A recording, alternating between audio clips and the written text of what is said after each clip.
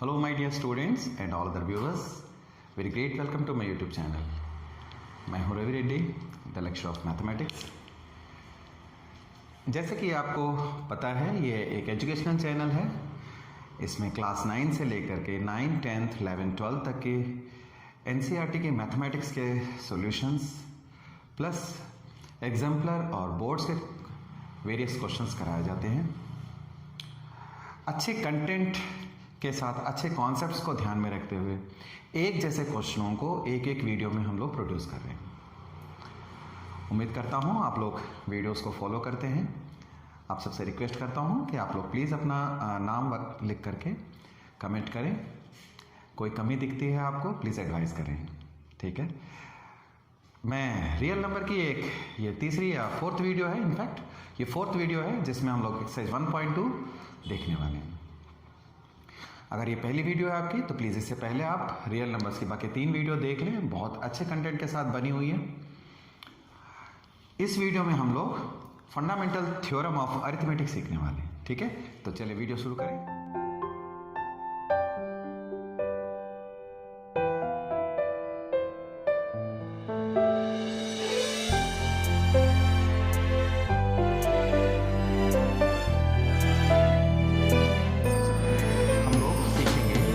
Prime factorisation. Prime numbers, सबसे पहले मैं आपको एक बार प्राइम नंबर्स के बारे में वाकिफ कराऊं। प्राइम नंबर्स 2 से शुरू होते हैं, 2, 3, 5, 7, 9, 11 and 13 and so on, which have only 2 factors, जिसके 2 फैक्टर होते हैं बेटा, which are having only 2 factors, prime numbers 1 and the number itself. These are the 2 factors which every prime have, ठीक है। एक तो सबको डिवाइड करता है एंड वो जो नंबर खुद होगा वो उससे डिविजिबल हो जाएगा। हम ये कह सकते हैं कि हर प्राइम नंबर जो है उसके 2 फैक्टर होते हैं। Whereas composite number, what is the definition? Composite simple, हम लोग पहले एक्सरसाइज में भी इसके बारे में बात किए हैं, पहले वीडियोस में।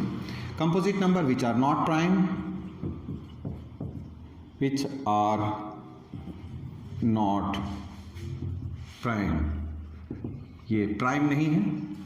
वेल जो नंबर प्राइम नहीं होते,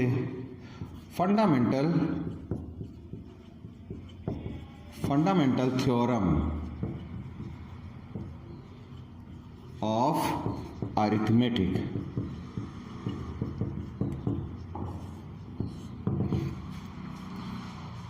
what is this fundamental theorem of arithmetic? Every composite number can be expressed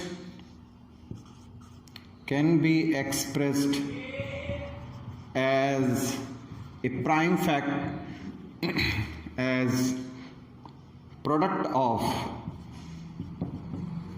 of prime factors, of course uniquely। Her composite number आपने देखा जो प्राइम नहीं होते उसे कंपोजिट नंबर कहते हैं। मोर देन 2 फैक्टर्स होते हैं उसके, they are having more than 2 factors, अभी देखने वाले हैं। एवरी कंपोजिट नंबर को प्राइम फंडामेंटल थ्योरम क्या कहता है? What it say? Every composite number can be expressed as prime factorization and that also uniquely. What does it mean? We will see. Let us go. चलिए अब मैं आपको 12 को express करके दिखाता हूँ। हम देखिए इसे इस तरह से लिख सकते हैं, 2 into 2 into 3, it is the prime factorisation.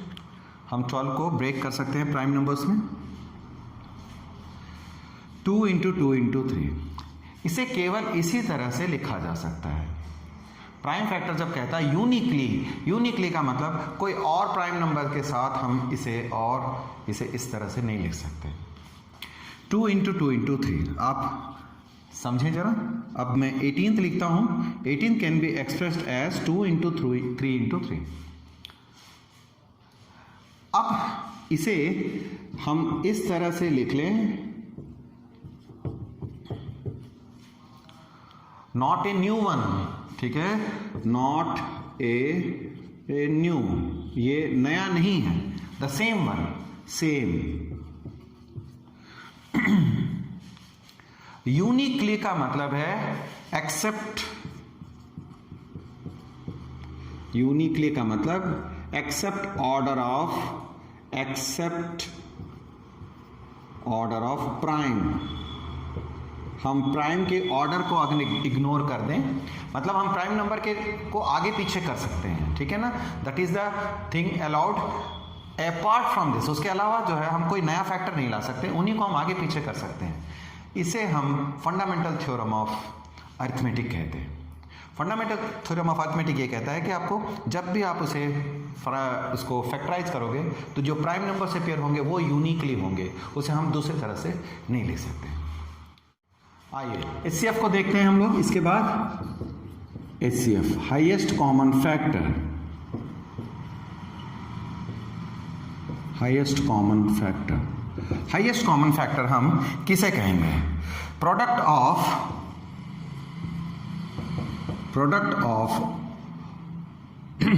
all smallest power of prime factors, all of common prime factor, ये सबसे इंपॉर्टेंट है, common prime factor in numbers. मैं इसको एक्सप्लेन करूंगा। HCF और LCM, यहाँ थोड़ी सी स्पेस देता हूं मैं। लीस्ट कॉमन मल्टीपल को बोलते हैं, least common multiple, least common multiple को हम LCM से बुलाएंगे। इसमें क्या होगा? Product of highest power, greatest power of prime factor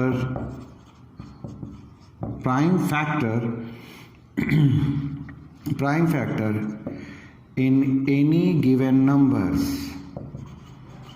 ये देखिए सबसे बड़ा डिफरेंस जो है ये कॉमन है और ये एनी गिवन नंबर्स है। सबसे पहला फर्क ये है, जब हम HCF देखते हैं तो दोनों में जो कॉमन प्राइम है उसको देखेंगे, कॉमन प्राइम नंबर, और उसमें जो छोटी पावर है, जो स्मॉलेस्ट पावर है, that we will take for the calculation of HCF for 12 and 18। देखिए इन दोनों नंबरों में, जैसा कि आपको मैं लिख कर दिखाता हूं, 12 कैन बी एक्सप्रेस्ड एज 2 का स्क्वायर इंटू 3 की पावर 1। सपोज करो 18 है, 18 के लिए हम क्या करेंगे बच्चे? सपोज दिस वन, तो HCF जो होगा वो क्या हो जाएगा? 2 और 2 दोनों में है, जो छोटी पावर है उसको लेना है हमने, तो 2 की power 1 will appear here, whereas 3 भी दोनों में है आपका, ठीक है। 3 की जो छोटी पावर है that we will take into account, this comes as 6। HCF जो हो गया वो 6 हो गया यहाँ। आइए LCM करें। LCM करता हूं मैं, तो LCM में आपने क्या देखना है? 2 की पावर 1, 2 की पावर 2, दोनों में कोई भी नंबर हो, कोई भी फैक्टर आ रहा हो, उसमें बड़ी जो फैक्टर है वो लेंगे, यानी 2 की पावर 2, बड़ी पावर लेना है, और इसमें 3 की पावर 2। इस तरह से ये 4 into 9 becomes 36।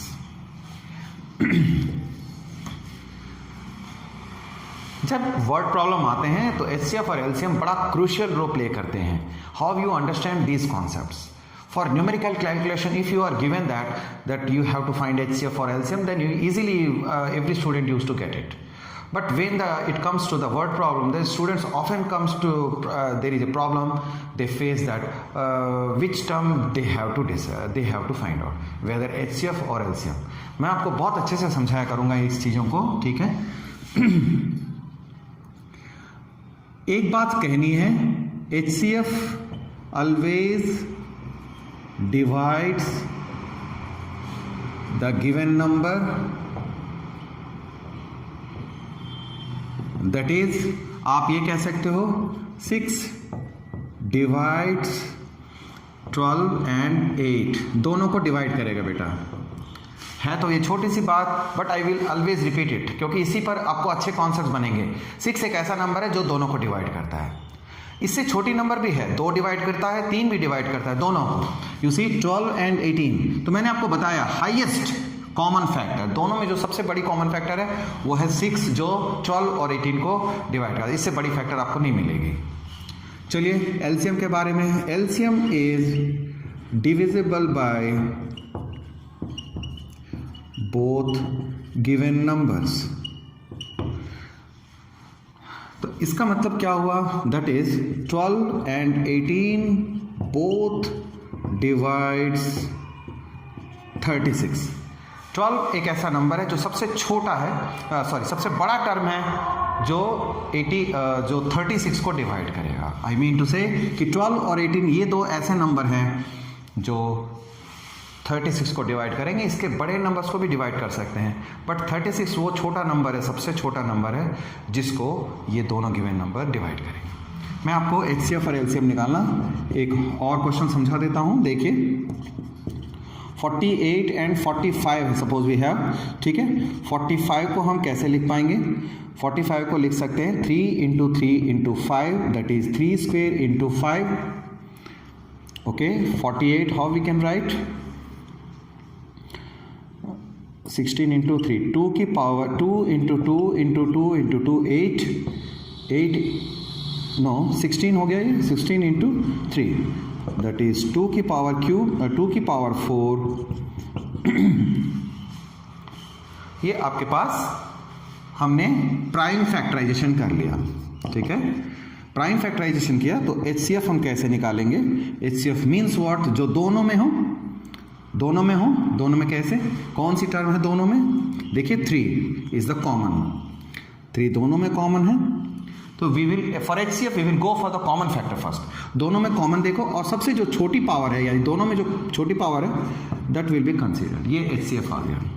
और एलसीएम हम देख सकते हैं, एलसीएम में कहीं भी कोई भी फैक्टर हो, every factor to be taken into consideration. 2 इसमें नहीं है, कोई बात नहीं, 2 की पावर 4 लेना है आपने। 3 इसमें 1 है, इसमें 2 है, 3 की पावर 2 लेंगे। और 5 ऐसे ले लिया हमने, इस तरह से ये आपका एलसीएम निकल के आ रहा है। ये 16 बनता है, ये 9 बनता है, ये 5, तो 16 और ये 45, ये 720 आ गया एलसीएम। तो हमने 2 क्वेश्चंस कर लिए, ठीक है। 2 एग्जांपल्स मैंने दे दिए आपको कि एचसीएफ और एलसीएम क्या मतलब होते हैं इनके। ये सबसे इंपॉर्टेंट चीज़ मैंने आपको बताई है। आप जब कभी आगे पढ़ोगे, जो वर्ड प्रॉब्लम आएंगी, तो उसमें बेटा इस कॉन्सेप्ट की जरूरत पड़ती है। 1.2 के क्वेश्चन से मैं अब शुरू करता हूँ। एक्सरसाइज 1.2 क्वेश्चन नंबर 1 कुछ खास नहीं है, इजी टू डू, आप देखना इसे। क्वेश्चन नंबर 2 ऑफ कोर्स ये भी इजी है। आप इसमें 3 पार्ट्स दे रखे हैं, एचसीएफ और एलसीएम निकालना है, और एक अच्छा कॉन्सेप्ट है, पहले उस कॉन्सेप्ट से वाकिफ होते हैं। Concept for any two natural numbers, ये एक स्टेटमेंट है, एचसीएफ इंटू एलसीएम। बेटा इसे एक मैथमेटिकल स्टेटमेंट समझते हैं। कई लोग बोलते हैं सर ये तो प्रोडक्ट वगैरह, ये स्टेटमेंट कैसे है?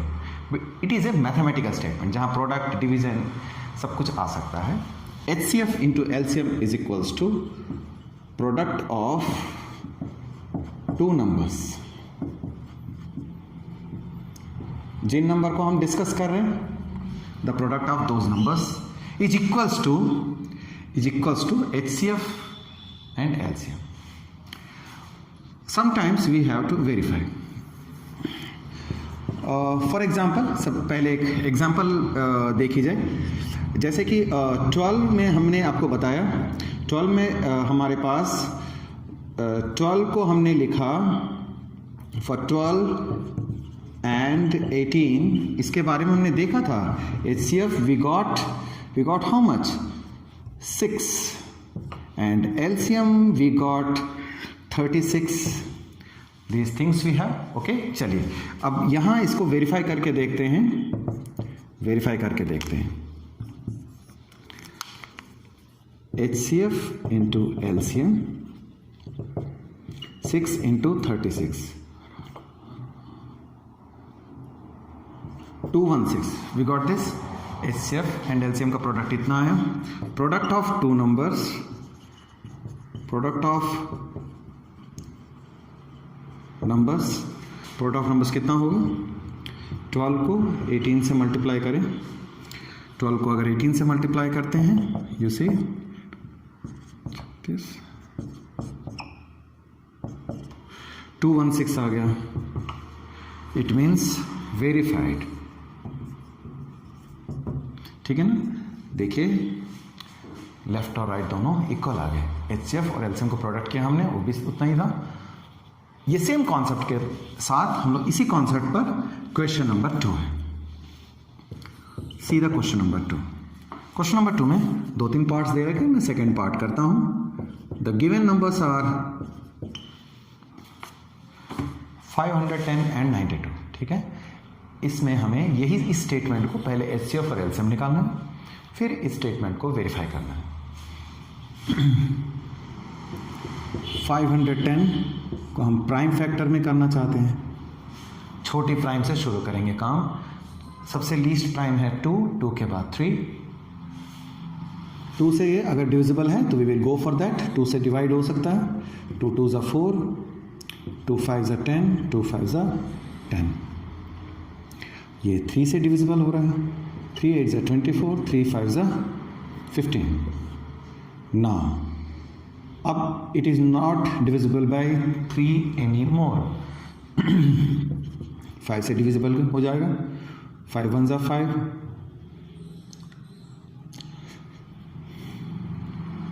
5 7 = 35।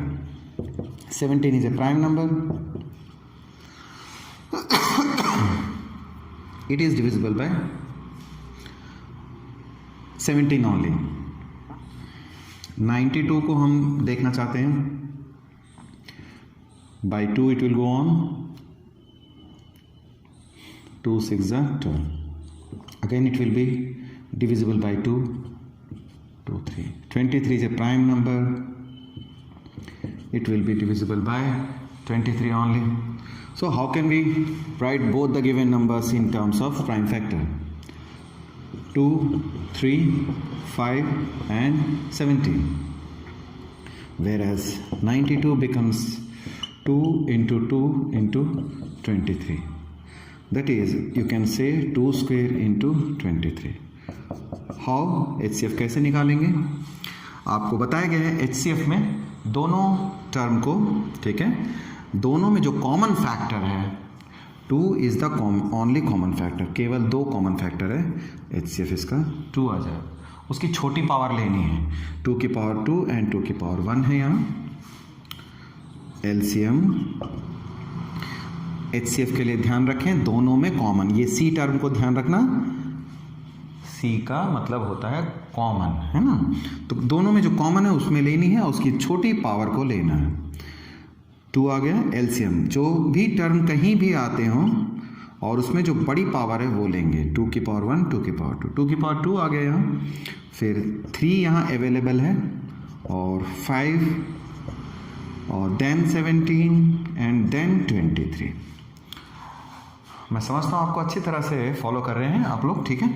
ये इस तरीके से LCM ले लिया हमने। HCF और LCM दोनों आ गए, ठीक है बच्चे? तो इनका ये सॉल्व होकर के कैसे मिलने वाला है? 2 की स्क्वायर हो गई 4, ये 15, 17 इंटू 23 को मल्टीप्लाई कर लिया जाए। 23 इंटू 17,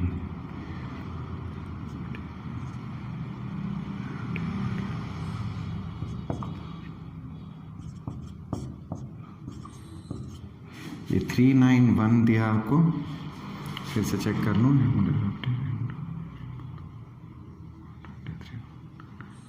391, ठीक है। Then we will move. अब हम इसे आगे करने वाले हैं। HCF into LCM। नो, अभी प्रोडक्ट कंप्लीट नहीं हुआ। ये 60 into 391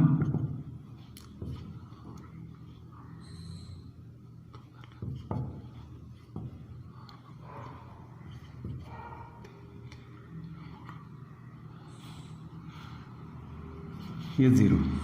this is the LCM. LCM आ गया. अब हम करेंगे एचसीएफ इंटू एलसीएम चेक करने वाले हैं. एक स्टेटमेंट हमारे पास LHS कह सकते हो लेफ्ट हैंड साइड, क्योंकि ये LHS है, आपका ये RHS है. LHS इन दोनों को मल्टीप्लाई कर लिया जाए. 2 into 2 3 4 6 0. How much you get?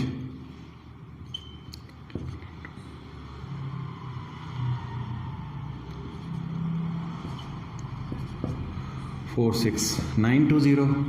On the one side we get this, on the other RHS. अगर हम प्रोसीड करें RHS में हम क्या देख सकते हैं? Product of numbers. Product of numbers किसे कहेंगे बेटा? 510 इंटू 92. अगर इसको मल्टीप्लाई करते हैं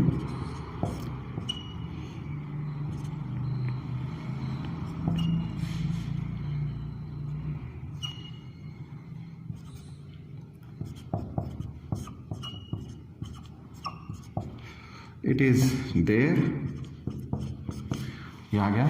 दोनों तरफ सेम है. सिंपली आप वेरीफाइड कर देंगे. तो जैसे कि आप एनसीईआरटी में देख रहे हो, find the HCF and LCM of the pair of integers. The two given integers are this. आपने एचसीएफ और एलसीएम निकाल लिया बेटा. फिर उसके बाद इस स्टेटमेंट को वेरीफाई कर लिया. ठीक है. टाइम सेव करना होता है. For that sake I write 3 questions first. First of all, we will go for the example 7. जैसे मैंने लिखा है कि ये क्वेश्चन नंबर 4 जो मैंने कराया आपको बिल्कुल उस जैसा ही है. Example 7 similar to question number 3. ये दोनों क्वेश्चन मैंने आपको कराया. एग्जाम्पल ईजी है, of course, quite easy.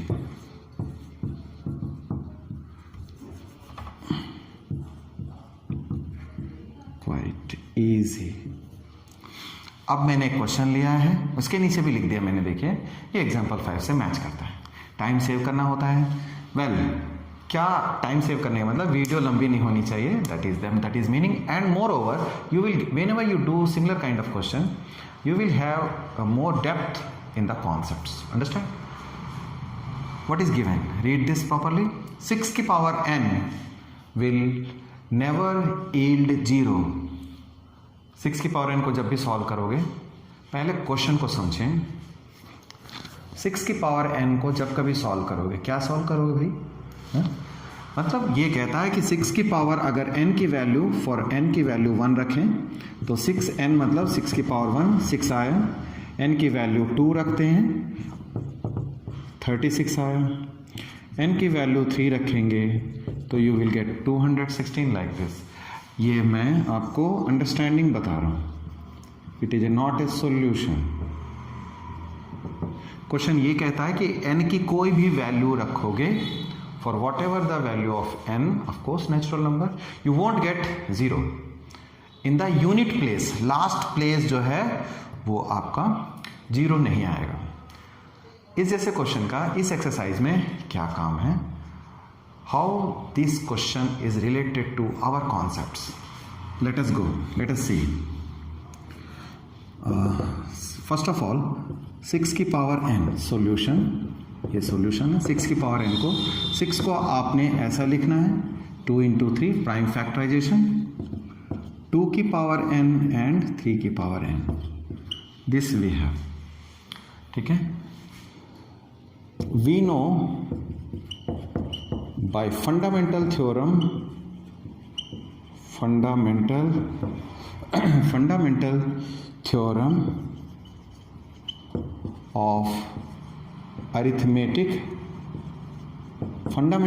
of arithmetic.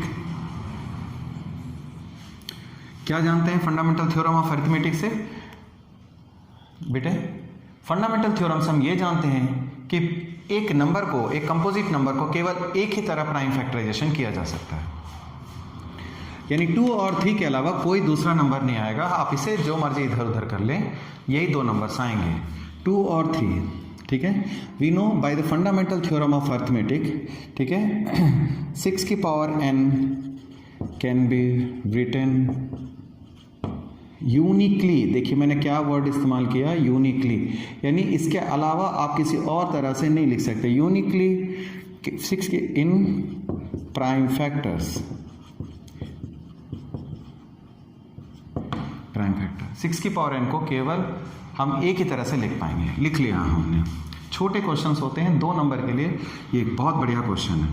6 की पावर n को हम केवल इसी तरह से लिख सकते हैं। मैं आपको बताऊं, to get 0 in unit place, ठीक है, unit place, we must have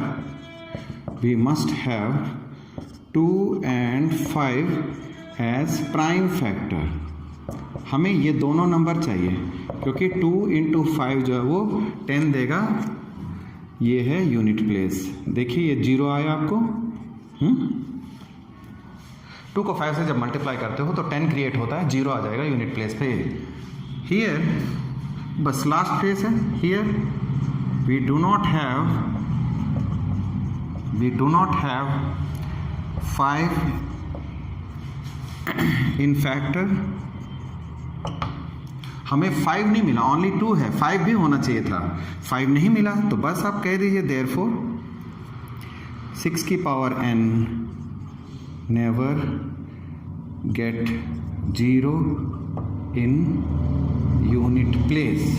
ये कभी भी लास्ट में 0 नहीं आएगी इसके, ठीक है, क्योंकि आपने देखा कि 2 और 5 जब अपियर होते हैं दोनों एज ए प्राइम फैक्टर, तब जो है ये 0 यील्ड करता है। जब इनमें से कोई भी एक टर्म मिसिंग है, 2 और 5 में से कोई भी एक मिसिंग हो, तो लास्ट में कभी भी ये 0 नहीं देगा। थोड़ा सा आपको बता दूं, इस एग्जांपल में ये 4 की पावर n है बच्चे, 4 की पावर n है। 4 की पावर n में आप 2 into 2 की पावर n लिखते हो। यहाँ भी देखिए 5 मिसिंग है, तो 5 जब मिसिंग होगा आप उसमें इसी स्टेटमेंट को लिखोगे, बिल्कुल इसी तरह से। मोर ओवर 15 दिया जाता है, 15 में भी आप देखते हैं 3 की पावर n और 5 की पावर n है। इसमें 5 आ गया, 2 मिसिंग है, इसमें भी कभी 0 नहीं आएगा। ठीक, तो मैं समझता हूं कि आपको इस वीडियो में एक कॉन्सेप्ट से रिलेटेड क्वेश्चंस को मैंने कंक्लूड किया है। वीडियो अच्छी लगती है तो इस चैनल को सब्सक्राइब कीजिए और कमेंट कीजिए और इसे फॉरवर्ड करें अपने फ्रेंड सर्कल्स में, सो दैट कि ज़्यादा से ज़्यादा व्यूअर्स जो हैं इस चैनल से जुड़ें, चैनल को एक मोटिवेशन मिलती है। आप कमेंट जरूर करें, इससे हमें एक मोटिवेशन मिलता है कि हाँ आप चैनल को सीरियसली वॉच कर रहे हैं। और प्रैक्टिस करें, साथ के साथ प्रैक्टिस करें तो आपको अच्छा डेप्थ मिलेगा। ठीक है, till the next video, all the best.